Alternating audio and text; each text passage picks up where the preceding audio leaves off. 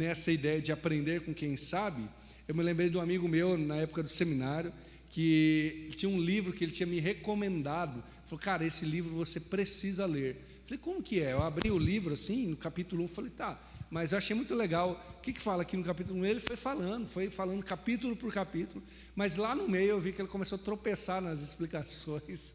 Falei: não, mas você já leu o livro inteiro? Aí ele: não, eu só li até o capítulo 5, o resto aqui eu estava deduzindo para falar para você. Mas tem tanta gente que não sabe e quer ensinar, enquanto nós podemos aprender com aquele que sabe. Mas a pergunta não é só isso, é: o que será que eu realmente gostaria de aprender? Você passou quase um ano inteiro, porque praticamente o ano já está finalizado, e eu pergunto para você: o que você aprendeu? Quem vai na escola sabe mensurar um pouco mais, né? Se estudou, claro. Olha, eu aprendi isso da matemática, isso aqui do português, aprendi isso aqui dessa matéria. Mas para nós que não estamos mais tanto envolvidos em escola, fica um pouco mais difícil, né? O que você aprendeu esse ano? Mas talvez tenha uma pergunta ainda mais importante para nós como cristãos: o que você aprendeu de Jesus este ano? O que você aprendeu com quem realmente é mestre dos mestres? Ele é sábio, aliás, todos os tesouros da sabedoria estão nele, né? Então, para eu aprender de Jesus e aprender a ser igual a ele, eu preciso me assentar e preciso ser discipulado por ele, caminhar com ele. E é isso que os discípulos aqui tiveram a oportunidade. Então, apesar de falarmos de um milagre, e será citado o milagre aqui, da multiplicação, do alimentar a multidão, há um processo de discipulado vivo acontecendo aqui, de Jesus com os discípulos, que é claro que eu acho que todos nós gostaríamos de dizer: nossa, se eu estivesse lá, hein, seria tão bom, eu ia fazer isso, eu ia ouvir de Jesus. Mas nós temos uma oportunidade muito parecida, porque nós temos o que está sendo ensinado, o que Jesus demonstrou, e temos o Espírito Santo em nossos corações, para que a gente possa viver aquilo que aprendeu. A primeira coisa que eu noto aqui então, é que de fato, Jesus é um mestre que compartilha do seu ministério, e é por isso que nós aprendemos. Veja só, essa multiplicação aqui, ela pode ser comparada, se você folhear a sua Bíblia para trás, obrigado filho, se folhear a sua Bíblia para trás, ela é muito parecida com Marcos 6, do 30 ou 33 até o 44. Neste caso aqui, os discípulos também pedem para a multidão ser despedida. Jesus é quem fala sobre a multidão para os discípulos, né? Tem algumas diferenças, aliás. Os discípulos aqui acham que não terá comida, igualmente essa segunda multiplicação, mas algumas coisas começam a mudar. Jesus, nesta multiplicação, aqui está um detalhe importante, ele divide a preocupação dele com os discípulos. E aí, como que nós vamos alimentá-los? Olha os versos 2 e 3. Se a gente deixar eles em jejum para casa, eles vão se desfalecer. Jesus pergunta para os discípulos. Na primeira multiplicação tinha ficado para ele. Mas por que Jesus faz isso? Por que ele pergunta para os discípulos? Aliás, por que ele pergunta justamente para esses discípulos, que eles não sabem nada? E Jesus está falando para eles assim: o que a gente vai fazer, gente? 4.000 pessoas, depois a gente fica sabendo, 4.000, eles não têm o que comer, já estão há 3 dias aqui. E aí, Pedro, o que nós fazemos? E aí, João? E aí, Tomé? O que vocês me dizem? É uma coisa que a gente poderia dizer assim: Jesus não precisaria ter feito isso, porque Jesus sabia de tudo. Mas talvez seja uma boa colocação nós conectarmos isso com um professor dando aula. Então o professor vai dar aula, ele fala assim: gente, como que resolve aqui este cálculo? E alguém poderia dizer: ué, mas o professor não sabe? Claro que sabe, né? A ideia é que ele saiba, aliás. Mas ele está perguntando para instigar nos alunos o desejo de aprender. Aí Jesus chega para os discípulos e fala assim: e aí, como que a gente vai alimentar esse pessoal?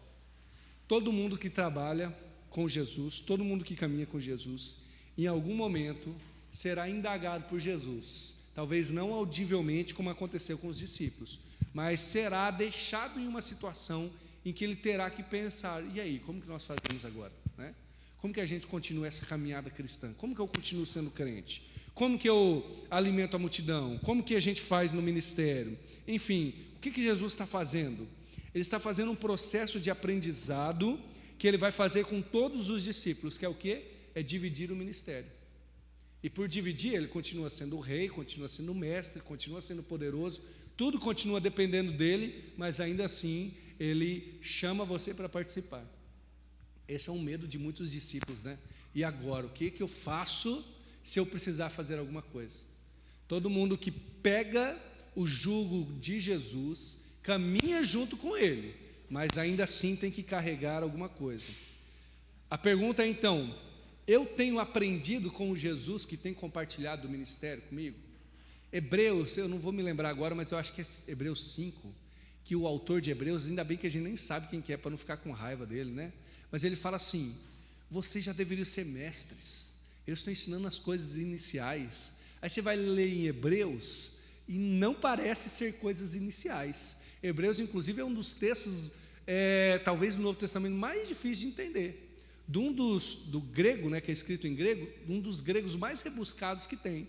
E o camarada ainda diz assim, vocês deveriam entender isso aqui é só o começo, gente. A gente vai ler e acha tão difícil, né? Mas por que aquele povo não tinha entendido? Talvez, gente, a gente tem que ter a disposição de aprender. Eu vou estar comparando a um ensino numa escola mesmo, né? É possível que um aluno vá lá e passe um ano inteiro e não aprenda nada, não é possível?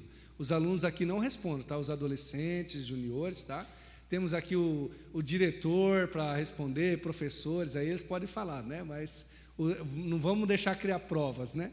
Mas boa parte dos meus estudos, chegava no final do ano, eu pensava assim, gente, o que eu estudei mesmo? Eu olhava o caderno, não estava muito cheio, né? A gente pode ficar no mesmo local que alguém está ensinando e não aprender, porque não tem como abrir a cabeça e colocar conhecimento. O aprendizado, isso tem sido notado facilmente, que ele tem que brotar de dentro. A pessoa para aprender, ela tem que querer aprender. É óbvio isso, né? Agora comparemos a Jesus. Jesus é um mestre que, primeiro, ele instiga a gente, ele é um bom ensinador. E aí, o que a gente faz para alimentar a multidão?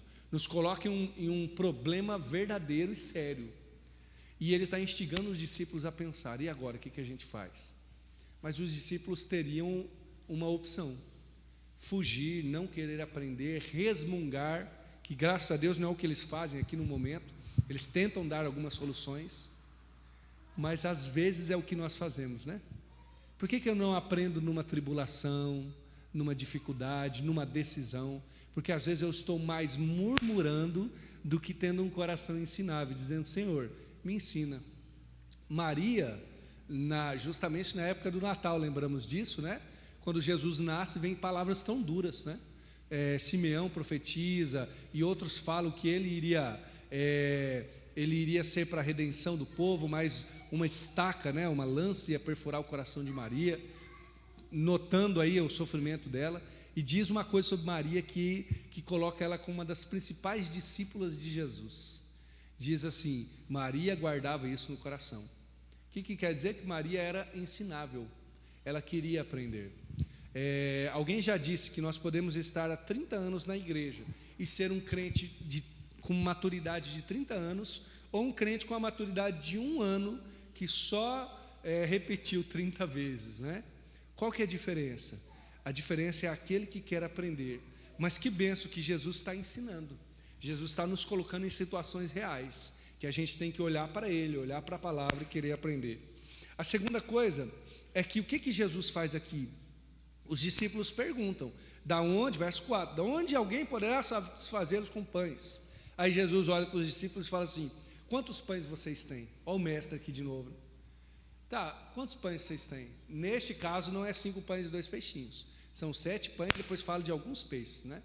Mas os discípulos respondem, 7 pães. O que Jesus está fazendo aqui? Jesus está satisfazendo a multidão, mas a partir daquilo que os discípulos têm. Então ele é um mestre que abençoa a multidão, mas ele abençoa através dos discípulos. E, gente, isso aqui é uma lição para a igreja fundamental. A igreja do Senhor, ela não existe para si mesma. Nós não existimos para nós. Primeiro, nós existimos para Jesus. A igreja existe, é claro que falamos da nossa igreja local, Igreja Batista Alvorada, mas qualquer igreja cristã verdadeira no mundo existe para Jesus. Mas nós existimos também para abençoar o mundo. Isso é tão interessante. Nós existimos para ser uma bênção para todas as famílias da terra. Porque, na verdade, o propósito de Jesus para o seu povo é esse. E aqui, tão pequeno. Aí você pensa, nossa, que exemplo pequeno, 7 pães, mas normalmente é assim que acontece com a gente. A gente olha, a gente poderia dizer, Senhor, só tenho 7 pães. Pense só nos problemas que tem no mundo. Ou vamos colocar aqui, vamos diminuir, né? Os problemas que tem na cidade de Campo Mourão. Aí Jesus olha para nós e fala assim, e aí, vamos alimentar essa multidão? Facilmente a gente diria assim, Senhor, eu só tenho 7 pães, não tem mais nada. O que é 7 pães para 4.000 pessoas? E aí, vamos abençoar as pessoas, Senhor, mas a gente é pequeno, a gente não tem tantos recursos, né? Repare aqui que a única vez que Jesus fala para a multidão, está no verso 6, é dizendo para a multidão se assentar, ou seja, se preparem. Depois é os discípulos que apresentam quantos pães eles tinham, são os discípulos que vão servir as pessoas, que colocam os pães nos locais onde eles podem pegar ali, né? É isso que os discípulos fazem. O verso 6 fala que puseram os pães diante da multidão. São os discípulos que recolheram o que restou. Eles tinham 7 pães e o que resta são 7 cestos cheios. Então Jesus multiplica isso. Não sei o cálculo aqui, quantos pães encheriam os cestos, mas se fosse 10 pães, então Jesus multiplicou e sobrou 10 vezes mais. Se for 20 pães que enchem um cesto, teria sobrado 20 vezes mais. A verdade é que quando a gente dá e abençoa, nós somos ainda mais abençoados. Mas Jesus quer ensinar uma coisa para os discípulos, que Jesus sempre é quem faz milagre, Jesus sempre é quem transforma a vida, mas muitas das vezes, e eu diria até na maioria das vezes, Ele usa a gente como ferramenta, Ele usa a gente como canal de bênção. É isso que Jesus está ensinando para os discípulos, uma das grandes lições. Jesus vai continuar abençoando as pessoas, mas Ele faz isso através de nós. E existe uma bênção maior, irmãos, do que ser abençoado por Jesus. Existe algo muito melhor do que ser abençoado por Jesus. Nossa, como assim? Existe algo que é mais gratificante, mais maravilhoso, que é ser canal de bênção de Jesus para a vida das pessoas. Melhor ainda, Jesus fala, né? Melhor coisa é dar do que receber. É uma bênção quando a gente está precisando e alguém vem e nos abençoa. Talvez você já tenha passado situação de precisar de um recurso financeiro e alguém ir lá e te entregar uma cesta, alguém lá e te entregar um valor, te abençoar. Que coisa maravilhosa. Mas, gente, tem uma coisa mais maravilhosa ainda.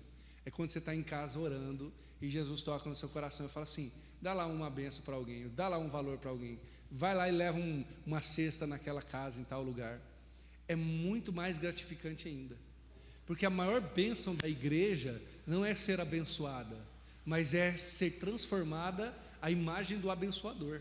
Essa é a maior bênção, a ponto das pessoas olharem e falarem assim, nós vemos Jesus. Onde que vocês veem Jesus? Em vocês, porque Jesus está nos abençoando através de vocês. É isso que Jesus faz. Jesus, eu imagino, tá? Pode não ser assim que tenha acontecido fisicamente, mas Ele manda a multidão se assentar e eu imagino Ele indo para trás e conversando com os discípulos e deixando os discípulos irem, porque eles que administram tudo aqui. Os discípulos foram aqui tal como diáconos, né? Que serviram as mesas nesse sentido. Apesar do milagre partir de Jesus, ainda assim os discípulos foram as ferramentas. Eu pergunto para você, se eu perguntar assim, quais bênçãos você quer de Deus, ou você precisa, provavelmente você já teria uma ou duas na ponta da língua, né? Eu teria, algumas. Agora eu pergunto para você, quais pessoas Deus quer abençoar através da sua vida? Quais pessoas estão tão próximas de você? Quem sabe estão na sua família, na sua faculdade, no seu trabalho, na sua escola, na sua vizinhança, que você sabe que estão carentes do Evangelho. Seja pessoas que talvez carente de recursos, mas muito mais de uma palavra abençoadora. Quem é que Jesus quer abençoar através de você? Quando a rainha Esther está lá no palácio, casada já com Artaxerxes, os irmãos devem lembrar dessa história, e chega o seu tio, é Mardoqueu, se não me engano o nome do tio, né? Mardoqueu chega e fala para ela falar com o rei, ela poderia morrer, e aí o que o Mardoqueu fala? Quem sabe não foi para este momento que Deus te colocou aí? Quem sabe não foi para isso? Se você não fizer, outro fará, e eu creio que isso acontece mesmo. Deus levanta até das pedras, né? Como Jesus disse, se os pequeninos se calarem, até as pedras clamam. Mas quem sabe não foi para isso que Deus te colocou no local em que você está, para servir de bênção, para ser alguém que Jesus vai transformar a vida de alguém, mas através de você. E quando isso acontecer, depois você me conta, para você compartilhar comigo como isso é gratificante, como isso é maravilhoso. Mas tem um detalhe no texto aqui que eu também quero comentar. Eu creio que Jesus abençoa a multidão através dos discípulos, mas eu quero trocar uma palavra também, porque isso acontece. Jesus abençoa as multidões, ou a multidão aqui, apesar dos discípulos. E aqui no caso os discípulos não atrapalharam, que coisa maravilhosa, né? Porque na maioria das vezes os discípulos atrapalham, eles são igual nós, falta de fé, depois vai trair Jesus, vai fazer um monte de coisa. Mas os discípulos neste caso não atrapalharam, mas eles tinham uma coisa, que era a limitação. Eles apresentam os pães, que são 7. Aliás, 7 é um número bem importante na Bíblia, né? 7 significa completude. Então nos parece que, se formos pensar nesse sentido até simbólico, parece dizer assim: olha tudo que nós conseguimos aqui. Tudo que nós conseguimos foi 7 pães, e tem 4.000 pessoas. Tudo que os discípulos conseguiram não dava nem para os discípulos. 12 para comer 7 pães, a menos que fosse aqueles baguete enorme assim, né? Provavelmente não era. Normalmente que eu vejo a representação dos pães lá da época de Jesus, aqueles pães redondinhos, fininhos, né? Talvez sejam assim, mas muito provavelmente não dava para tirar fome nem dos discípulos. Esses discípulos não tinham recursos suficientes. Então Jesus abençoa a multidão com os discípulos, mas apesar da limitação deles. E me parece aqui, gente, que quando a gente é uma bênção, e talvez isso nos inibe às vezes, me inibe de ser uma bênção. Quando a graça de Deus nos usa, ela também nos humilha. Ao ser usado pela graça de Deus, você será humilhado nesse processo. Quer ver um exemplo? Esse exemplo aqui é o melhor dos discípulos, né? 7 pães que não dava para nada, mas eles entregaram tudo. Você vai e prega, você ora, você fala, e às vezes a gente usa os melhores argumentos para convencer alguém que a pessoa está no caminho errado, e a pessoa, o máximo que ela faz é desdenhar de nós. Fala assim: você não sabe de nada, né? Você está perdendo sua vida aí, seu crentinho. Talvez você já tenha sido elogiado aí de crentinho alguma vez. É você fazendo o melhor que você pode, orando, falando, usando de amor, e às vezes a gente usa até de alguns subterfúgios, né? A gente começa a evangelizar alguém, aí dá um presente, aí fica mais solícito, né? Está querendo mostrar o amor de Jesus, assim, bem mostrado, e a pessoa não se converte. Fala: mas como assim? A graça de Deus nos humilha em demonstrar como nós não somos suficientes. Não somos. Uma certa vez eu fui pregar num retiro de jovens lá no Rio Grande do Sul, na região lá de Juí mesmo, e tinha um rapaz num bar. A gente foi evangelizar na tarde, né? O retiro lá programou isso, de tarde os jovens iam sair para evangelizar. Fomos evangelizar de tarde. Tinha um rapaz no bar, eu fui lá pregar para aquele rapaz. Que rapaz bacana, que rapaz legal. E eu até pensei assim: nossa, olha, eu sou o preletor, imagina se eu ganho ainda uma pessoa no bar para Jesus, já vou usar de exemplo hoje à noite na pregação. O cara não se converteu, vocês acreditam nisso? Coração duro. Preguei, ele ficou bem feliz, falou: não, hoje à noite eu vou, onde que é? Até perguntou, era num colégio o retiro. Não, tal, claro, conheço, então vai lá. Não foi o abençoado. No outro ano, fomos no outro retiro, nem foi na cidade, em outra cidade, né, que reunia juventudes. Quando eu vejo lá na frente, junto com o líder daquela cidade, pulando lá na frente, igual um doido, assim, ei, louvando a Deus. Ei.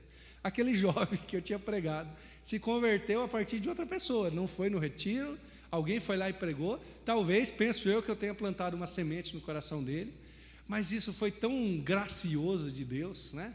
Dizer assim, ó, você fez o melhor e não foi suficiente, porque na verdade quem convence, quem transforma, quem multiplica pães é Deus. Então você se coloca à disposição e percebe o seu limite, percebe a sua incapacidade. Eu pergunto para você, você já fez teu máximo, por exemplo, para falar de Jesus para alguém? Você já se entregou por completo e já queria, né? Orou bastante, falou, Senhor, transforma. Seja, eu estou falando de ganhar gente para Jesus, mas às vezes são até outras realidades, né? Senhor, modifica isso, modifica aquilo, me transforma, transforma outras pessoas. E aí você precisa depender de Jesus para que isso aconteça. E detalhe aqui, tá? Isso também é discipulado. Quando você olha para você e fala assim, nossa, eu só tenho 7 pães, eu não consigo fazer nada. Isso é Jesus discipulando você. É mostrando assim, tá vendo? Você é incapaz, mas com o meu poder eu vou fazer através de você. Que coisa maravilhosa, né? A outra lição que eu aprendo aqui é que Jesus ensina os discípulos da onde vem o milagre. Jesus não está ensinando uma fórmula mágica, tá? Jesus não é um místico ou um mágico que ensina o abracadabra ou qualquer outra palavra mágica que possamos falar, porque às vezes nós temos essa ideia, né? Tudo que fala em nome de Jesus vai acontecer. Não é verdade. O termo em nome de Jesus na Bíblia diz respeito a fazer conforme o caráter de Jesus. Mas Jesus aqui vai ensinar para os discípulos como que ele faz para que o milagre aconteça. Como que você faria? Bom, ele era o próprio Jesus, ele só poderia dizer assim, ó, pronto, sai pão da onde for, né? A areia começa a transformar em pão, em farofa, seja no que for, as árvores pode virar bolacha, chocolate, que bênção, né? Os rios vira refrigerante, sem açúcar, tá? Para todo mundo tomar, não tem problema. Não. Sabe o que Jesus faz? Olha o verso 7. Tomando os 7 pães, tendo dado graças, partiu e deu aos seus discípulos para que eles pusessem diante dele. Veja, os discípulos aqui são um canal. Mas o que aconteceu? Jesus pegou os pães, Marcos 8, 7, isso, e deu graças,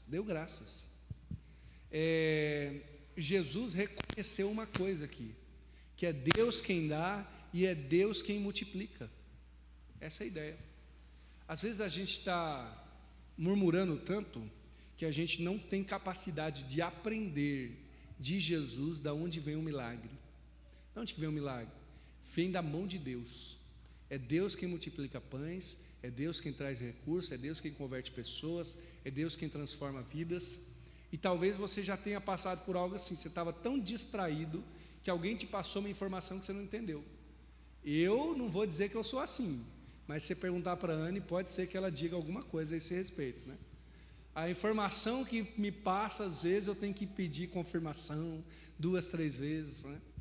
Ou acontece também que você está assistindo o filme, de repente você vai conversar, e passou o final do filme, fala, nossa, eu perdi, né? Mas acontece isso com Jesus também. A gente está tão distraído que a gente não entende o processo, o que aconteceu. Nossa, como que tudo mudou? Vem das mãos do Senhor. E Jesus está ensinando os discípulos não a fórmula mágica, mas Jesus está ensinando os discípulos o coração certo, um coração ensinável, um coração que é palco, que é local de transformação.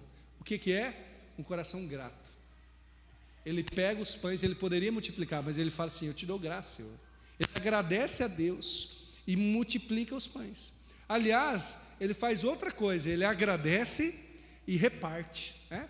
Olha que interessante, olha que movimento bacana de Jesus. Ele pega, e isso aqui não é uma forma, novamente, ele pega os pães, agradece a Deus e depois reparte. Obrigado, Senhor, depois reparte. O que Jesus está fazendo aqui? Ele está ensinando um movimento que a gente deve fazer em tudo aquilo que a gente deseja que Jesus transforme. que você tem nas mãos? É um talento? Ou o que você tem orado? Pela sua casa, pela sua vida, pelo seu emprego, por quem você é? Olha o movimento. Senhor, obrigado por isso que o Senhor me deu. E aí você reparte, e aí você abençoa os outros. Jesus está ensinando isso. Ele está ensinando os discípulos a reconhecer que é Deus quem faz milagres. Boa parte das nossas orações, elas vêm não de um coração grato, mas de um coração murmurador. Boa parte do nosso desejo de milagre vem de um coração que não está apto a ser ensinável, está apenas querendo que uma lista de mercado seja satisfeita. E que é a melhor coisa para uma lista de mercado do que pães, mas Jesus não faz isso. Jesus pega e agradece. Obrigado, Senhor. É seu, o Senhor quem deu. E aí ele reparte com os outros. Você já aprendeu o movimento de Jesus sobre o que discípulos devem fazer quando desejam um milagre, quando desejam uma transformação? É colocar em gratidão. Senhor, muito obrigado. Por vezes nós não vemos, não entendemos, não aprendemos, porque não somos gratos o suficiente, que não paramos para ouvir e aprender de Jesus. Porque aqui Jesus poderia murmurar muito bem, né? Olha, Deus, Pai, eu estou aqui ensinando, eu vim a este mundo e esse povo agora está com fome. Ó Senhor, não. O que Jesus faz? Obrigado, Pai, te dou graças. Várias vezes nós vamos ver Jesus fazendo isso. Graças te dou, Senhor, porque você escondeu isso dos poderosos, mas revelou aos pequeninos. Jesus agradecendo várias vezes. No final da sua vida não é uma oração de gratidão necessariamente, mas Jesus até ele entrega o seu espírito. Depois de dizer, Deus meu, por que me desamparaste? Ele talvez não tenha, no final da crucificação, forças para dizer, eu agradeço, mas ainda assim, sem murmurar, ele entrega o espírito. Jesus está nos ensinando isso. Quem sabe nós não vemos a ação de Deus, seja porque nós estamos tão, com a nossa visão tão esfumaciada de murmuração, de um coração pesado, que a gente não consegue enxergar o que Deus está fazendo, né? Eu já disse para os irmãos, compartilho novamente, que eu acho que boa parte do meu trabalho como pastor não é falar sobre Deus, apesar de que é a parte mais visível. Estou aqui falando sobre Deus, sobre Jesus, abrindo a Bíblia e pregando, e tenho que fazer isso, aliás, né? Uma parte importante do meu trabalho pastoral é ensinar a Bíblia, mas eu acho que a maior parte do meu trabalho não consiste em falar sobre Deus, mas em ouvir a Deus. Como assim ouvir? Eu acho que já comentei isso com os irmãos. Deus está fazendo grandes coisas na igreja, Deus está fazendo grandes coisas nas nossas vidas, na vida dos irmãos. Então uma boa parte do meu trabalho é ir lá e ouvir o que Deus está fazendo na sua vida. Fala, olha só o que Deus está fazendo aqui. Aí eu vou na casa do outro irmão, ou converso com outro irmão, ou ouço um testemunho e digo, olha só o que Deus está fazendo. Olha o que Deus está fazendo na vida, nas famílias, nas casas, nos empregos. E talvez até como pastor mostrar isso para os irmãos. Olha tudo que Deus está fazendo, olha a bênção que Deus está fazendo. Mas para isso eu tenho que aprender a ouvir a Deus. Falar, nossa, como Deus está trabalhando, olha só o que Deus está fazendo. Jesus poderia ver tudo o que faltava, mas ele resolveu olhar para Deus e saber que Deus era suficiente. Está aí um bom discipulado para nós, né? Ele está ensinando de onde vem o milagre. Para a gente encerrar, irmãos, lembra das lições aqui? Jesus compartilha o seu ministério com os discípulos, e toda vez que você, como discípulo, quiser servir a Deus, ele vai compartilhar com você o trabalho, o serviço, e com isso vem dificuldades, vem decisões, vem necessidades, às vezes até angústias. Depois Jesus abençoa a multidão, mas ele está fazendo discipulado aqui, então ele abençoa através dos discípulos. E a minha pergunta é, quem Deus quer abençoar através da sua vida? Os discípulos têm uma limitação, então Jesus abençoa apesar dos discípulos. Ele só tem 7 pães, então eles são humilhados, mas ainda assim são instrumentos, e Jesus vai abençoar apesar da sua limitação. E por final Jesus ensina algo importante para eles, que é reconhecer de onde vem o milagre, ter um coração grato e ensinável, para perceber que é Deus quem transforma. E aí eu termino com algumas perguntas. Você já percebeu que Deus quer usar você? Deus quer usar as suas mãos, Deus quer abençoar você com uma das maiores bênçãos possíveis, que é tornar você um abençoador, tornar você um canal de bênção. Aliás, a gente ora, né? Senhor, Jesus, me faz ser igual ao Senhor, eu quero ser parecido com Jesus. Jesus era abençoador, Jesus enxergava os outros e os abençoava, né? Nós somos, eu termino com essa ilustração, nós somos como uma bomba d'água. Já ouviu falar da bomba d'água? É a seguinte, os poços, né, então tem uma bomba d'água que vai até lá no final para puxar a água. E tem duas coisas sobre a bomba d'água que são importantes saber. Primeiro, isso eu ouvi dizer, e você que é bom aí de engenharia vai me confirmar se é assim ou não. Para que ela seja ligada, ela precisa estar cheia de água, senão ela estoura, né? Então você enche a água, enche o cano, aí depois você liga para ela puxar a água, né? Então, se nós somos como essa bomba d'água que pega a água lá da fonte e passa para os outros, nós temos que estar cheio. Mas a segunda coisa também é importante, ninguém lembra da bomba d'água.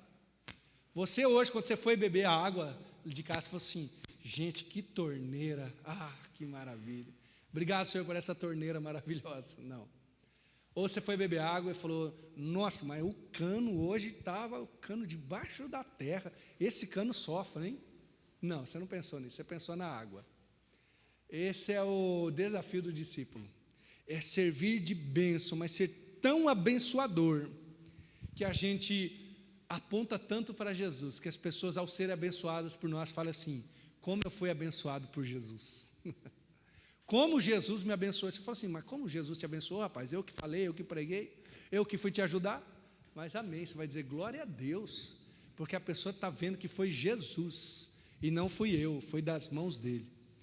Por isso eu quero orar com você, te desafiando a aprender com Jesus, e a servir de bênção, onde você estiver, tá bom? Vamos orar? Obrigado, Jesus, por tudo que o Senhor tem nos dado, e cremos que nós queremos aprender com o Senhor, queremos ser ensinados e ensináveis na Tua presença. Senhor, transforma a gente em discípulos que cada vez mais está mais parecido com o Senhor, discípulos que não se preocupam em serem lembrados, mas se preocupam em serem abençoadores. Aqueles discípulos ali tiveram uma lição tão simples, mas tão profundas. Eles não tinham de onde tirar recursos, e por vezes nós não temos recursos. Às vezes não temos recursos pessoais, talentos, às vezes não temos recursos financeiros, às vezes em determinadas situações já fizemos tudo o que nos cabia, mas esses discípulos aprenderam a buscar os recursos no Senhor. O próprio Senhor os ensinou a dar graças e repartir. Que seja assim, Deus, que sejamos discípulos do Senhor, tais como esses foram enviados à multidão, que a gente seja assim, multiplicadores das bênçãos do Senhor, e essa será a maior bênção para nós.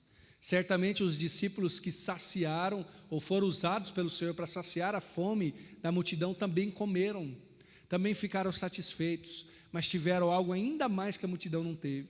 Além de saciarem a fome das pessoas e a deles mesmos, eles perceberam um propósito tão profundo em servir o Senhor, em ser canal de bênção, em ajudar os outros. Nos ajude a olhar para o Senhor deste modo. E com isso também, Deus, nós queremos pedir pelas pessoas que serão abençoadas por nós.